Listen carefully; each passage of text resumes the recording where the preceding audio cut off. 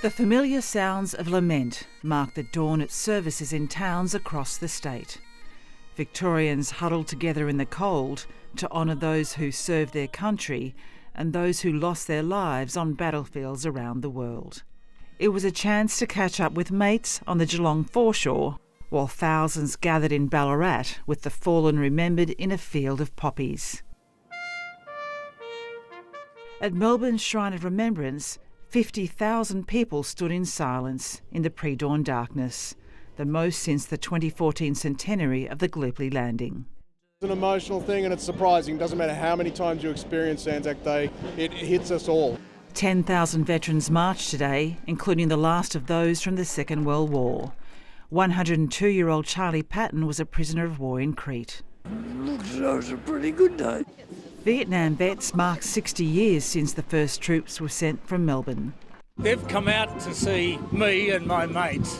I'm very appreciative and humbled by it. Anzac Day is the crescendo, and every time a helicopter flies over, I think of it. Many vets were there in spirit, their medals worn by their proud descendants. These ones are from Dad. They're he was an anti-aircraft gunner in Darwin, World War II.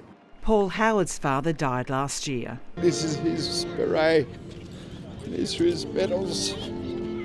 Former enemies and allies took part in suburban parades with a reminder that war should not be glorified.